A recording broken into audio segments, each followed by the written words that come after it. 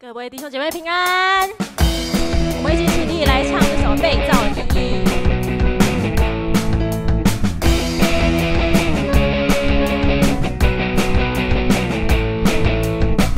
我的主，我赞美你，当一切充满意义，真高兴，因你时刻都与我同在，你赋予我的价值是一生。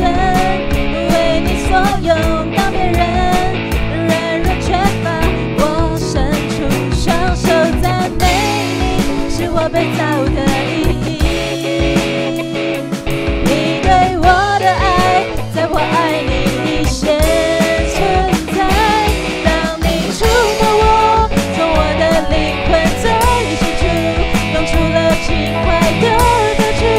美妙旋律要唱给你听。我赞美你，我赞美你，我赞美你，哈利路亚，哈利路亚，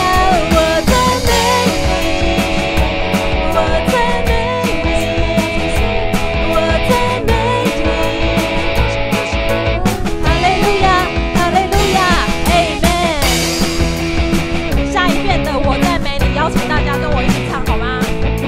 阿贝，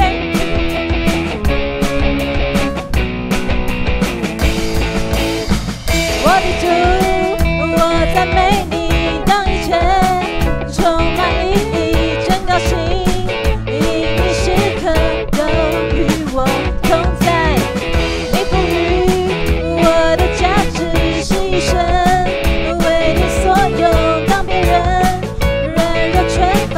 我伸出双手赞美你，是我被造的意义。你对我的爱，在我爱你一线存在。当你触摸我，从我的灵魂最深处，涌出了轻快的旋律，让你要唱给你听。我赞美你，我赞美你，哈利路亚，哈利路亚，我赞美你，我赞美你，我赞美你，哈利路亚，哈利路亚 ，Amen。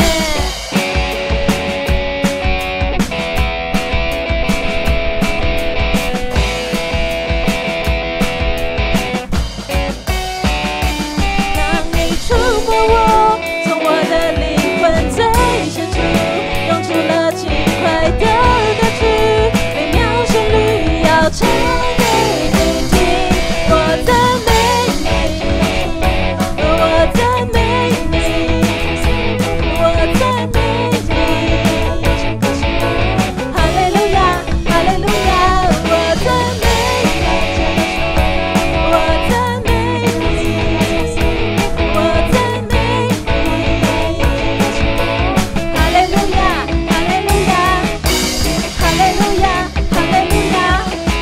哈利路亚，哈利路亚 ，Amen。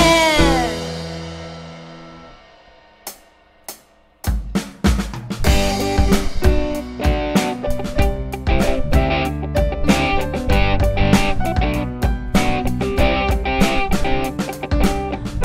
充满我的生命，爱让我不会畏惧，清醒许多的脚印，许是你，是你，是你。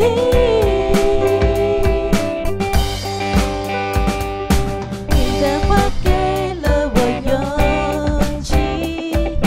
你的铃声我吹起，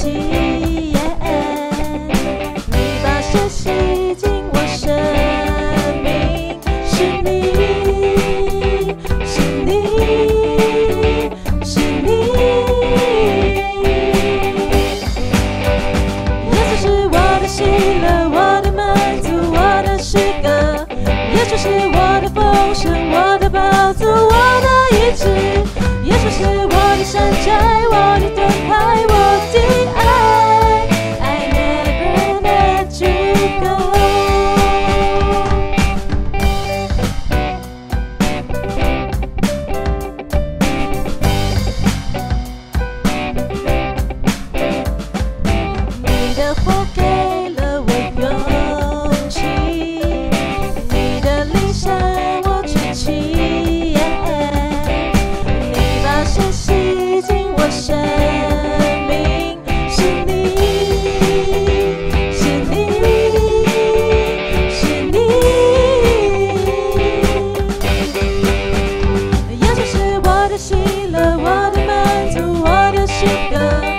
耶稣是我的丰盛，我的宝座，我的一切。耶稣是我的山寨，我的盾牌，我的爱。I never let you go。耶稣是我的喜乐，我的满足，我的诗歌。耶稣是我的丰盛，我的宝座，我的医治。耶稣是我的山寨，我的盾牌，我的爱。I never let you go。I never let you go。I never let you go。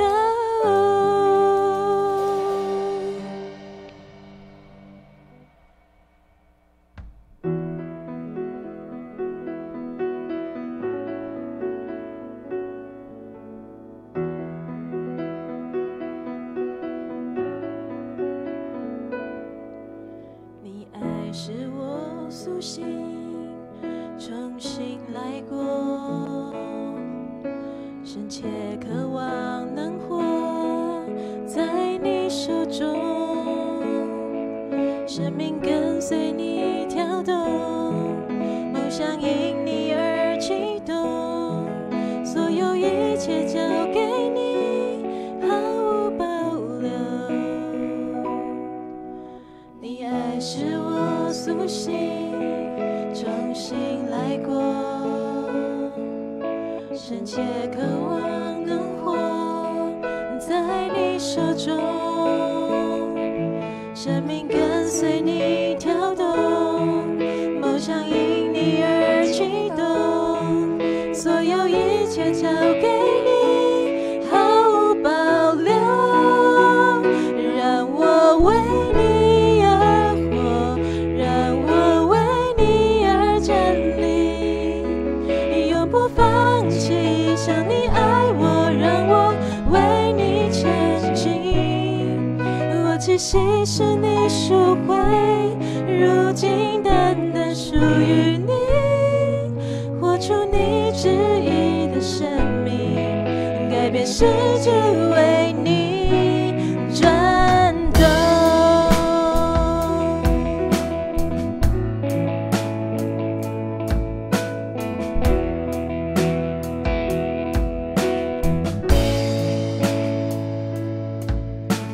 你爱使我苏醒，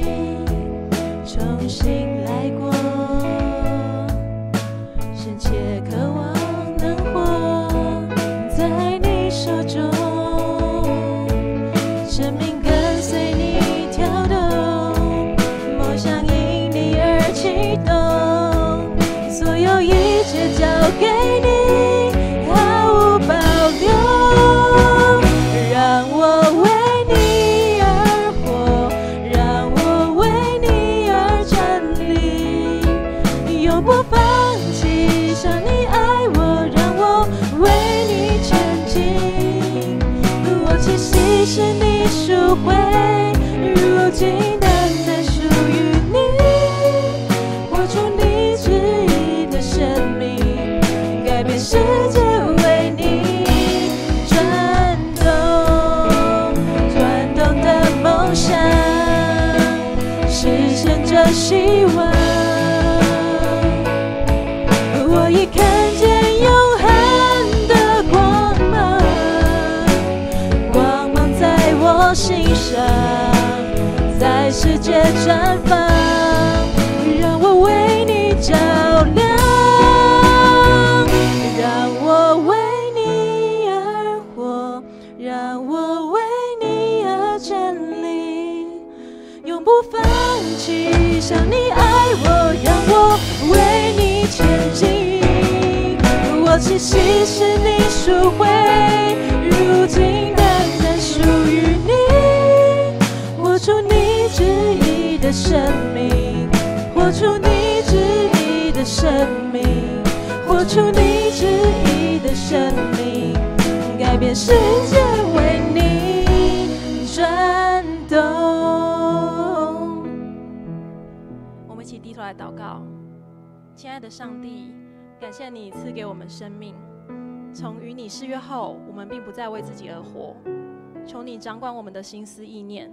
在我们日常说的每一句话、做的每个决定，都能彰显你的荣耀。求你赐给我们智慧，让我们能活出你喜悦的样式，成为你美好的见证。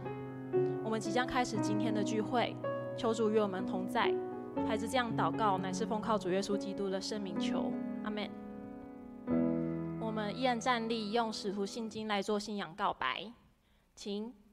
我信上帝，全能的父，创造天地的主。我信我主耶稣基督，上帝独生的子，因圣灵感孕，由童贞女玛利亚所生，在本丢比拉多任内受难，被钉于十字架，受死，埋葬，降在阴间。第3天从死人中复活，升天，坐在全能的父上帝的右边，将来必从那里降临，审判活人死人。我信圣灵，我信圣而公之教会，我信圣徒相通，我信罪得赦免，我信身体复活，我信永生。阿们。请坐。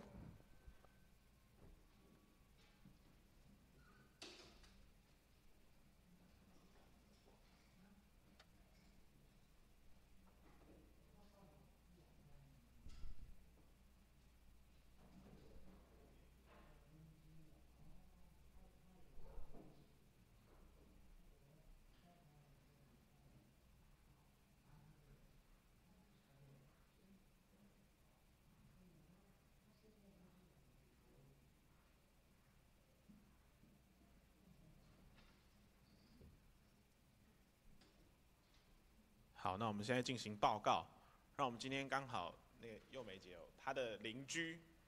是法国人嘛，对，然后有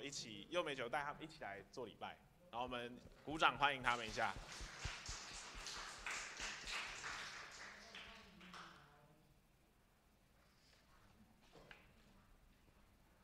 那我们教会消息，第1点，本主日为待降第3主日。那由儿童主日学、青少契还有社青团契代表点燃第3根象征宣告喜乐的蜡烛，那也宣告被掳、被压迫的子民必将得着救赎的喜乐。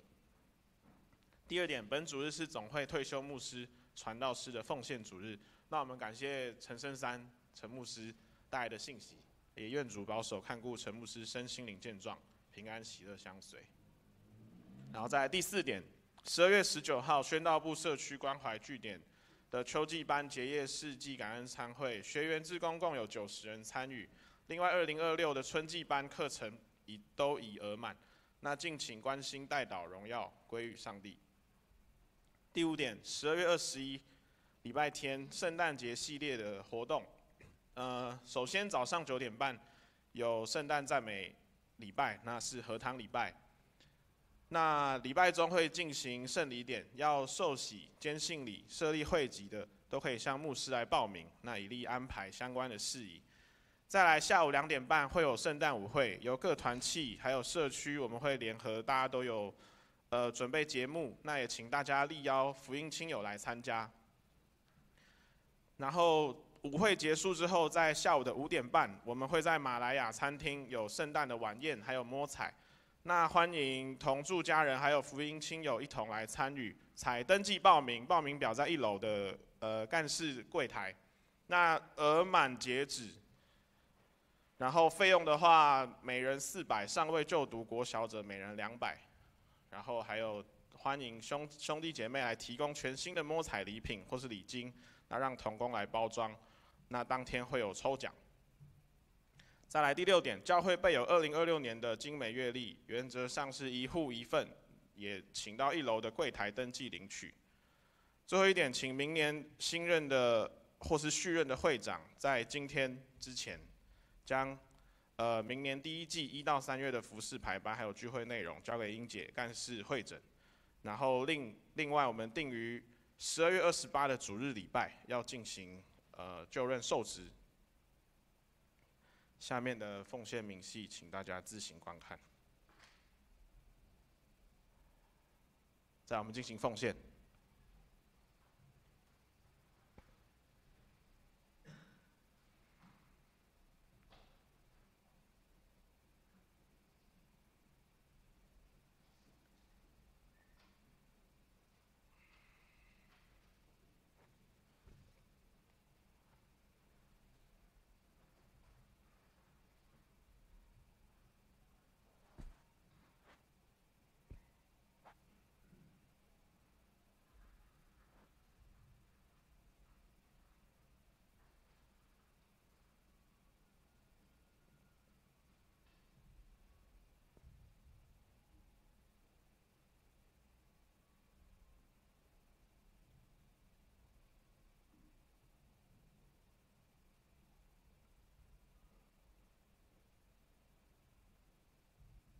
我们一起低头做奉献祷告。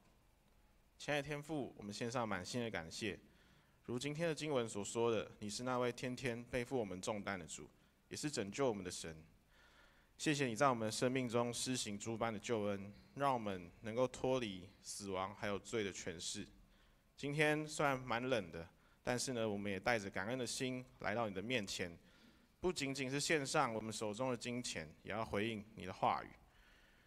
那求主也悦纳我们今天的奉献，求你使用这份心意来扩张你的国度，帮助我们在生活中可以活出为主而活的样式，来荣耀你的名。我们这样同心合意的祈求，也照着主耶稣所教导我们的主导们一起祷告说：我们在天上的父，愿人都尊你的名为圣，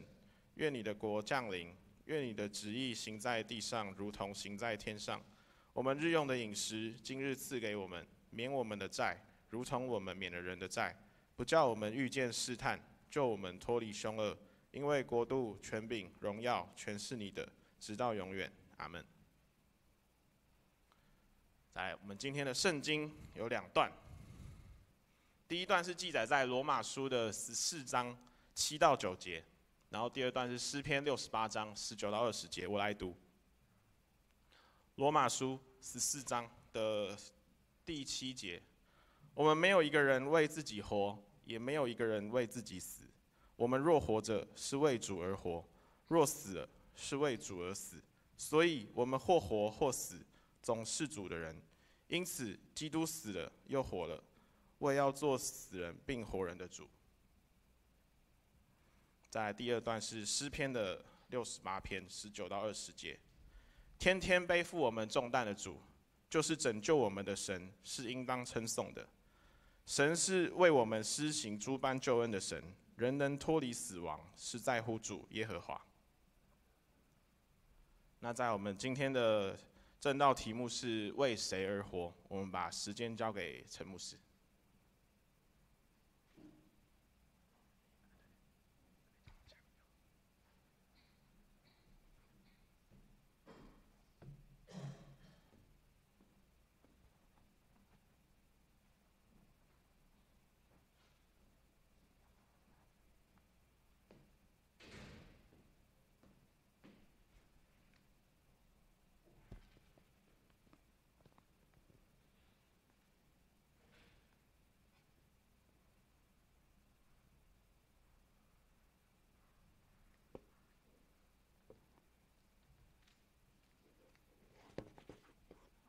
大家平安。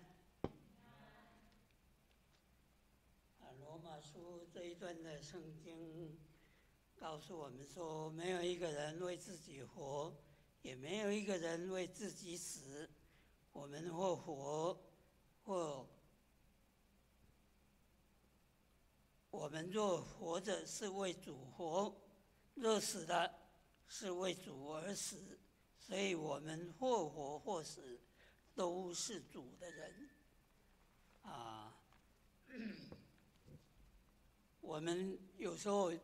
也必须要面对，也去思考的问题是：我们活着，到底是我们为谁而活啊？我们到底我们的生命是为什么啊？有的人会因为这样子越思考越混乱，而且有时候越思考也会复杂，然后就不知所措曾经有一个英国的散文作家，他也写了一些很好的讲道篇了哈，在他的作品里边，常常是借着他自己在那边思考了，用我们的话语来讲，就是说默想了。他默想了之后，就有感而发的就写出了他的散文，很吸引人他的讲道也很吸引人不过他身体一直不好常常是躺在床上，但是他躺在床上，他不是乱思考，他是默想有一次他躺在床上，就突然间教堂的钟声，我们现在没有了啦我文山教会好不容易保存一个钟，但是都被人家偷走了因为那个铜很值钱了那西方人他们有钟，然后早祷时间到也会有钟声，晚祷时间到也有钟声。比较特别的是，他们当有人死亡的时候，有个人离世的时候，他们也会敲钟。那有一次，这一位作家，他躺在床上，因为身体不好所以躺在床上。那教堂的钟声敲了他知道有人过世了所以他就躺在床上一直在思考，今天这个钟声敲响了，是为了某人离开这世上，所以钟敲响了。可是他也在这种默想当中，他还想到一个问题：这个钟难道只为他敲吗？我也躺在床上，我也有一天，我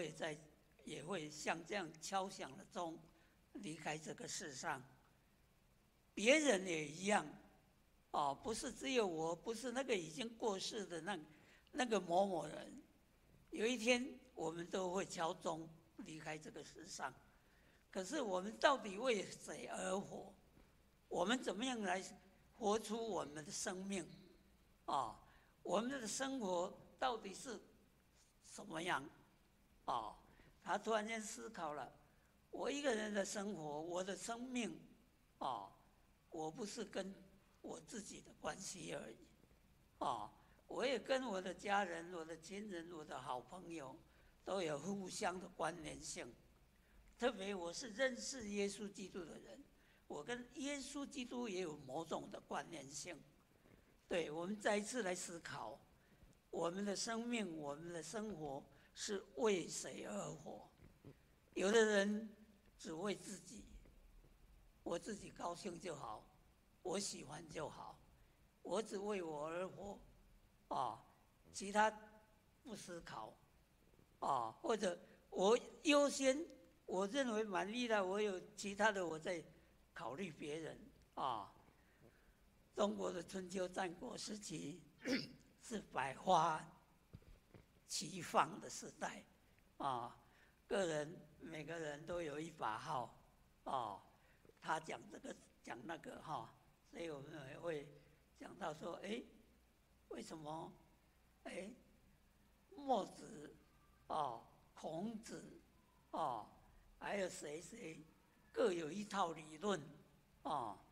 比如说人性的问题，有的人说人性是本善，有的人是人性是本恶的确，我们从人来看，有善的一面，也有恶的一面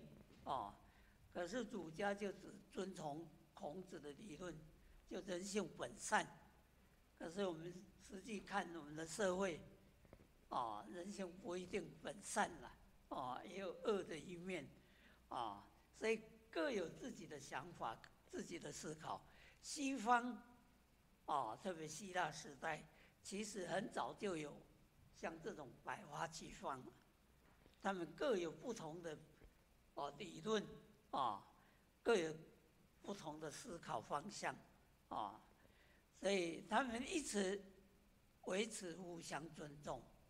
可是中国到了秦始皇之后，独尊儒家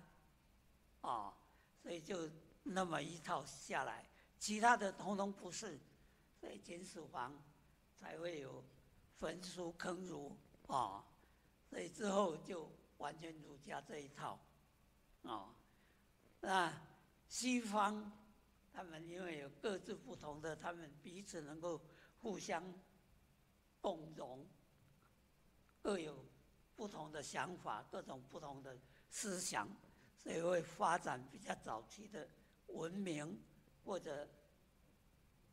民族比较早期。那在中国春秋战国的时候，就有一个人叫杨朱的他就说白毛立天下不为也。说我拔了一根毛，对天下的人有利，我还是不做。我为什么要牺牲我一根毛啊？然后到曹操，我们看曹操也讲啊，三国时代的时候，宁愿我负天下人啊，但是勿使天下人啊负我，也就是宁愿我去负别人啦啊，我对别人有愧，我不希望别人来亏待我啊。这就是有一些人就是持这种观念的啊，这种观念的活着只是为自己啊，自私自利啊，只顾自己的，不合我意的我一概不接受啊，只追求自己喜欢的啊，完全不考虑别人啊，这种人常常会造成对我们的社会并没有真正的益处。反而是对别人有所伤害啊！集权的统治就是这种样式啊。有的人是为别人而活啊，过去的女性为整个家族啊，为我这一个家，我愿意付出所有一切啊。那男人有时候我也是为这一个家。啊，对，有的人会为别人而活，啊，但是有的人为别人而活，有时候也会走到相当的极端了哈。啊，我记得，出名的作家三毛，写了蛮多很好的小说，也有很多人很喜爱的，他也到处去旅游。在旅游当中，他也写他的小说，但是他有一天，他先生意外就过世了，那三毛就整个生活就垮掉了。我不晓得为什么而活了，天天迷迷糊糊，不晓得怎么办，然后就也没有精神了，生活都不再有意义了，也不晓得怎么生活了。到最后怎么样？自己结束自己的生命。你的生命、你的生活是为谁而活？为别人吗？有一个人不在了，或者那个人变成不是你所理想的，变成不是你想要的，那就你的生活就完全改观不一样了。有的人会为自己的理想而生活，我就是要达到怎么样那有的人理想很好的，像苏格拉底就是其实他年纪大了，还被污蔑，然后被判有罪，关在监狱里边。他的学生或者他的好友都跟他规劝，你就逃走就好了，我们想办法跟你弄走，反正你也80几岁了。但是他就坚持不要。我怎么可以做这种人？我是追求真理的人，我一定要顺着这个真理、这个理想来生活的。他曾经白天提了一个小灯笼，有人说你白天带这个东西干什么？那时候我在寻找真理，寻找真理，他对他的真理，对他所认为对的东西很坚持，所以我就是不逃亡。我为什么要逃亡？那个不对的所以他宁可在监狱里面吞下那个毒药来死。对，有的人有为这些理想。2次大战的时候，你看那些德国的追随纳粹党的。造成这个世界多大的灾难！日本也一样，我认识那些活在日本时代的人，特别是日本时代即将战败的那一些年轻人，当时他是一股热诚的为日本。我们晓得有一神风特工队，他招募的都是男性年轻人未满20岁，甚至未满18岁的，你是爱国那这些台湾人也很支持这个动作。我为这个国家牺牲，怎么样牺牲？你来训练开飞机，然后因为日本海权被美国战胜了，美国在主导，那美国的战船他没办法，他就训练这一些年纪轻轻的、一股热血的，你来开飞机，一架小飞机撞一艘大船，然后你的汽油只够你到那个船那一个地方，没有回程的汽油了。你到那边，你就是要想办法自己连飞机都撞那一艘战船。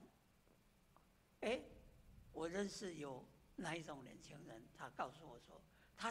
当时就是一股热忱，我愿意做，我自愿做。对，我们有时候为别人而活，可是到底那个为别人而活是应该，或者是有价值、有意义的？就像有一些年轻人也会一样，我那么爱他，他为什么不爱我？他不爱我，我就想办法伤害他，或者他不爱我，他转爱别人了，我就去伤害他爱的对象，或者他不爱我了，我人生没有意义啊，我也自己就结束生命了。对，你的生命、你的生活是为谁而活？值得我们好好去思考的。但是真的，我们要好好去思考，到底我们的生活、我们的生命是为谁而活？这是我们真的要好好去思考的。俄罗斯应该是第2个时代了。出名的作家托尔斯泰也曾经得过诺贝尔的文学奖。他很早就出名，他写的书也很多人很喜爱，写的小说，当他50岁的时候，他还发觉我的生命到底是为什么？我有兴趣写书，也有很多人喜欢读我的书，读我的小说，但是我的生命是为什么？他一直跟太太相处的不和谐，彼此的理念都不一样。他看到当时的好说那些穷人，特别是那些他是大地主，他是贵族又是大地主，但是很多农民工农奴呢，他们当时叫农奴，生活非常的苦，很凄惨。他愿意把那些帮助给他那一些农人，可是他太太认为这个是我们的东西，为什么给他们？所以一直很困扰。他将近50岁的时候，他就一直在思考，到底有没有上帝？有上帝，为什么我们这个世界这么乱七八糟的？那上帝又在哪里？这个想法一直困扰着他。有一天，他就在森林里边，就在那边思考这种问题，然后他看看，这个世界所造的这些东西，这些生物，他突然间醒悟过来了，这个世界为什么有这么多东西，这么多不同的东西，不管植物，不管动物，为什么有这么多？那这些从哪里来？他慢慢去思考，他就觉得，应该是有一个创造主上帝。其实我们罗马书第1章从第19节开始说，上帝的事我们应该知道了。从我们内心好好思考的时候，我们就会应该要认识，即使不认识，借着他所造的东西，我们也应该重新思考，去知道有一位上帝，假如没有一位创造主的话，为什么那么恰巧？我曾经为这个跟那一些不信主的人讨论过很多东西。有时候我们觉得像我没有头发，头发都不在了。头上为什么要长头发？是为了漂亮吗？不是为了漂亮。像我这个没头发，就深深感受，夏天热得要命，冬天像刚刚那个王牧师就跟不是那个郑美长老就跟我讲，那个冷气直接往下吹，你适应吗？我说我身体可以适应，可是我的头没办法适应，因为直接吹下来好凉哦。冬天很冷，夏天很热，你有头发的人就没有那么强烈的感受。像我这个不小心撞到有棱有角的，就常常会脱皮，会流血。有头发的就不会，会痛而已。撞到有裂、有破皮，那比较少，除非你是太强烈。我眉毛是为漂亮吗？有些女性特别在意眉毛，对你画的漂亮，可是眉毛最主要不是为漂亮了，眉毛是你雨水来到这边不会滴到你的眼睛了，会往两边跑，你流汗太多流汗也会往两边跑，我们眼睫毛女性也弄一个眼睫毛夹的，眼睫毛也很有作用灰尘稍微一靠近，你眼睛马上闭起来，都是非常有作用的，不是随便的。为什么眼睛还需要眼睫毛呢？你那个风太强了，或者有灰尘了，或者有其他的动物、小动物、小昆虫，一接近你马上闭起来的，样样都非常奇妙的东西，为什么做得那么恰到好处？这些你不得不去认识。托尔斯泰突然间他明白了，有创造主，他其实也在我生命上，在我的身体上，所以他重新认识上帝了之后，他明白了这一些真理，他把他的著作权，他说我不要版税，那你出版社你卖便宜一点，让那些穷人也有机会可以读到。特别是他的作品里边，很多都跟圣经的某些真理他要表达的，借着小说来表达出来，帮助很多的人。对我们的生命，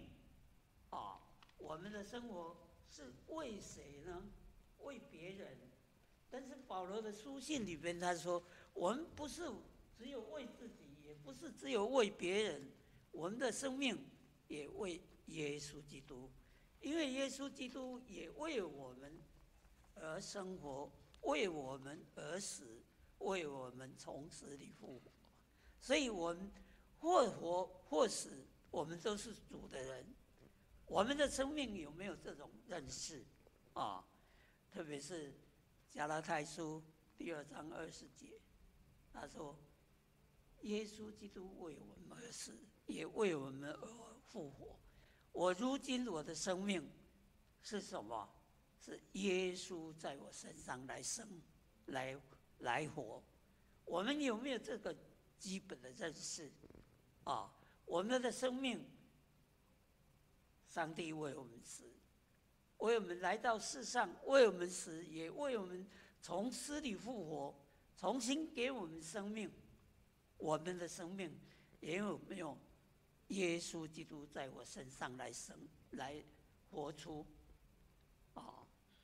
这个其实我们应该去认识这一层。我们的生命不是只为自己，也不是只为别人，我们的生命也要为耶稣基督而活。这是今天跟我们分享这一些，特别是我们一生的生命，我们到底要如何来生活，如何来活出我们的生命。希望耶稣基督的生命在我们的身上来彰显，让我们也为他而活。我退休之后第3年吧，我已经退休11年了。退休之后第3年，乐山教养院有邀我去当董事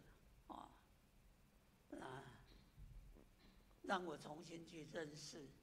那个创办人戴仁寿医生。他是一个苏格兰裔的苏格兰他们的国教是长老教会他们的信徒也是，他们的生活也是非常坚韧、非常严谨的他移民到加拿大，他爸爸是一个乡下的牧师。他年轻的时候，他想说我愿意当宣教师，所以他很努力去读书，成绩也很好。后来去读英国的出名的医学院，出来成为很出名的医生，也被英国的皇家学院聘为那个皇家学院的医科的医生。在英国他可以过得很好的生活，可是他不忘记他年轻的初衷，我愿意成为一位宣教士。所以他因为加拿大还没有那个向海外差派宣教士的机构，所以他就参加英国的宣教士的机构，被派到台湾来，在台湾南部的新楼就当院长。后来几年之后，他回国述职述职再回来，述职后加拿大开始有这个差派宣教士，所以他就被加拿大的教会差派到台湾来北部，成为马偕的医院的院长。他在看这些患者当中，发现有一些麻风病的人很可怜，那个痛起来是非常的痛，而且有时候你的这一些关节会变形，而且有时候甚至会脱掉，一节一节的掉所以他的动作这个有时候变成没办法活动。他就很可怜这些人，特别为他们看病，拿药给他们。可是其他的人或者其他的患者会怕，台湾又对这一些不认识，那台湾人常常会讲，这些是你的祖先歹决定啦，所以你才会有这种病，你是被咒诅的。所以一般人怕被传染，又怕你这是坏人、恶人，所以被咒诅的人，所以被排斥，那他就想办法挪到马偕医院最边边的一个角落，在那边看这些患者。可是邻居隔壁也反对，后来他觉得不是办法，就回国募捐，设立现在的那个乐生。有的人乐山跟乐生搞不清楚乐生就是他在那边设乐生，买了土地设了，日本政府觉得说这个应该我们在日本也有收容这种人啊，所以这个应该日本政府来做，所以日本政府就把它收去了，变成日本政府在管理、在经营这个。可是日本政府所管理的方式，他是把这些人当像犯人一样，犯罪的人，把他关在封闭的建筑物里边，完全跟外界隔绝，不能自由活动的，不能自由出入的。那仁寿医生认为这个不是他所要的，他就放弃那边，重新回国，再一次募捐来巴黎的乐山，买一大片土地，让他们自己去种植、收成，自己生活，不是把他们关起来，当犯人一样，是容许他在这个范围里边，自由活动的，有工作，所以叫乐生，快乐的生活，那因为邻居他买了多大的土地，30几公顷，当然有一些大部分是在山坡，然后山林。到底你的生命是为什么？他把他的生命，不是我得到这个名位，也得到好的生活，可是我愿意为这一些来付出，为主而活，为别人而活，不是完全为自己。圣经里边告诉我们说，我们的生命或死或活都是主的人，我们有没有把我们的生命为主而活？希望这些借着这些跟你们分享的一些信息，今天也是牧师退休的牧师传道人的奉献主日，有一些人会不太了解，会说，我们不是教会都教2个月到总会去吗？为什么还需要有这个特殊的主日？我要让我们了解，我们1个月是牧师的离职金呢。那些牧师的离职金，他一个月是属于牧师的离职金，他总会暂时代管，在他退休的时候再完全给他加上利息。另外1个月是专门照顾已经退休的这些牧者，还有在职的也照顾。在职我们提供机会让他有健检，而且在职有时候特殊状况，遭遇特殊的变故的，或者重病的，或者这些退休，不是我每个月给他一些退休金，有的退休之后，生活非常困苦的，我们也需要特别的照顾。所以基本上我们另外1个月是不足了，大概要接近3000万才能够补足的，所以我曾经当这个主委有9年了，我刚接任的时候是我们传福会，就是传教士福利在职及退休的那个照顾的福利委员会的主委。那我刚接任的时候，刚开始因为没有去好好精算，那每年2个月进来也不晓得怎么用，然后刚开始退休的人又不多，因为以前退休的就不算，然后因为才开始的几年，所以退休的人数很少，所以要照顾的退休牧者也很少，所以他们一直提升，本来是说3000块，后来一直提升到1万，那后来几年之后开始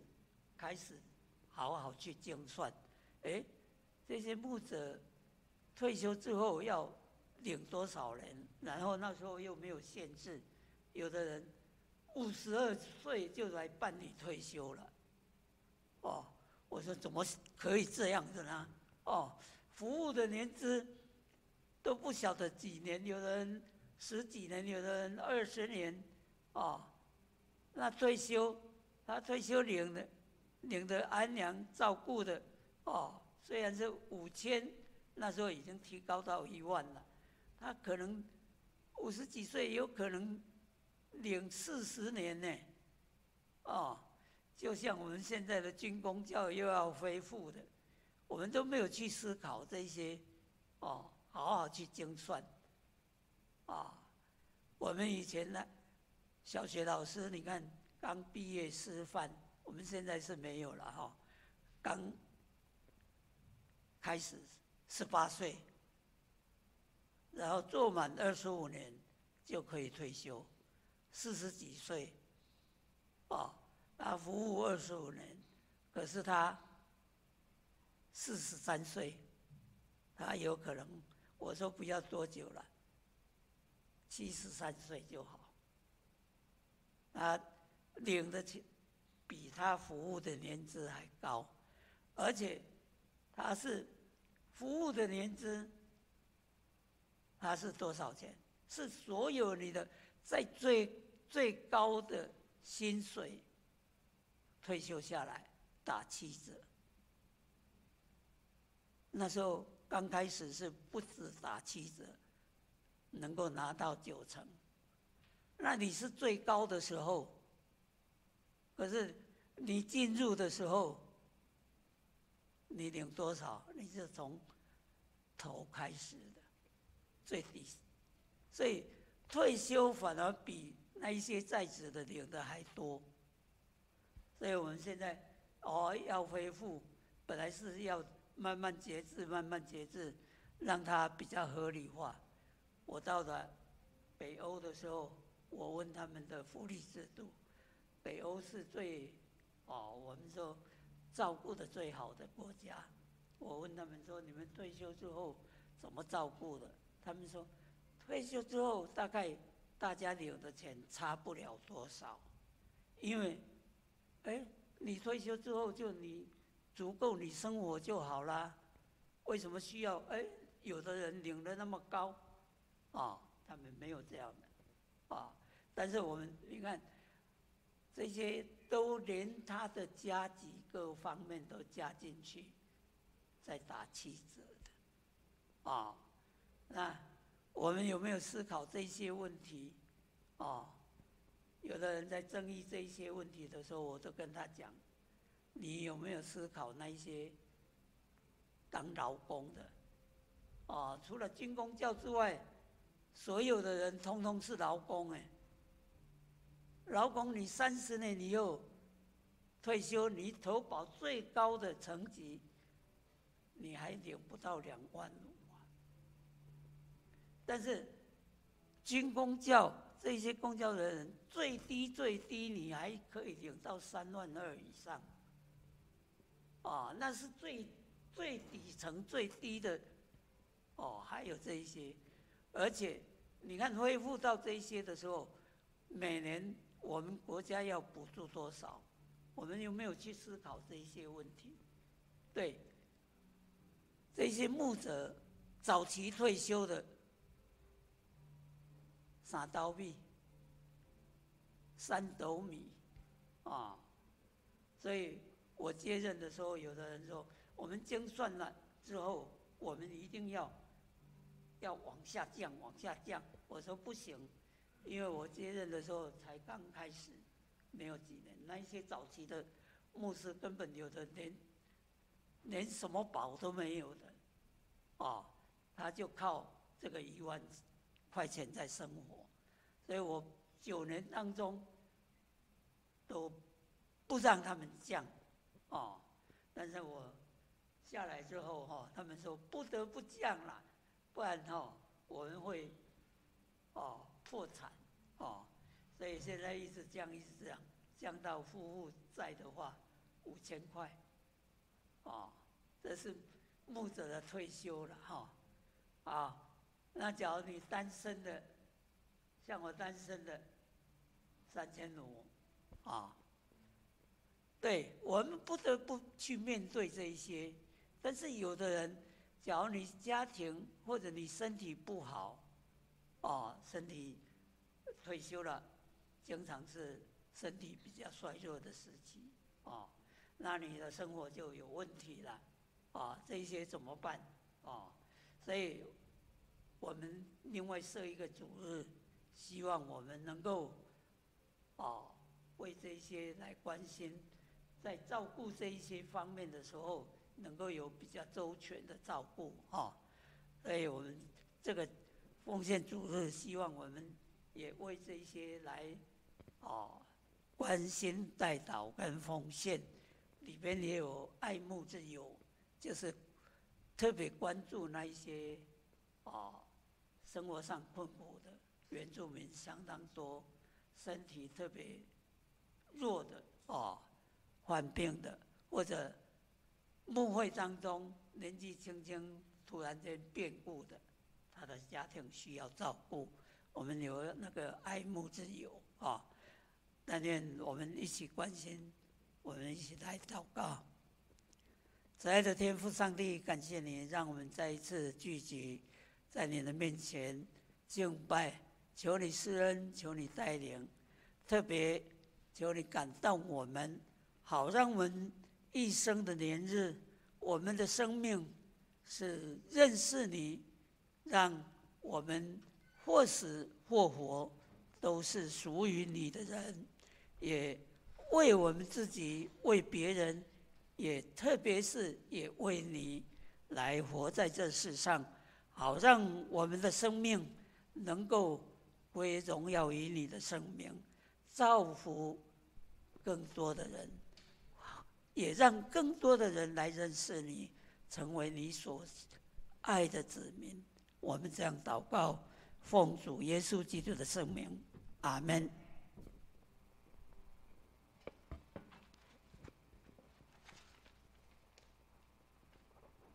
那我们起立来唱回应诗。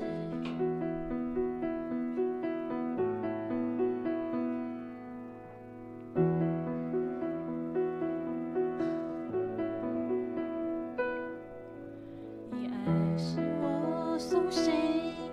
重新来过，深切渴望能活在你手中。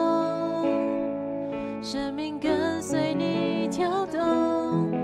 梦想因你而启动，所有一切交给你，毫无保留。你爱使我苏醒，重新来过，深切渴望能活在你手中。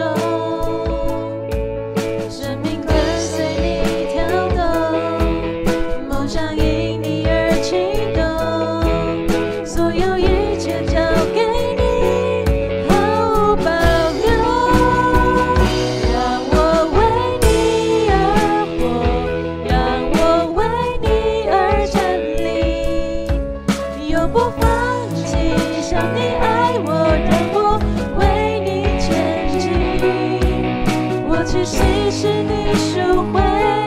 如今单单属于你，活出你旨意的生命，改变世界为你，让我为你而活，让我为你而站立，永不放弃，像你爱我，让我为你前进，我气息是你赎回，如今单单属于你，活出你旨意的生命，改变世界为你转动。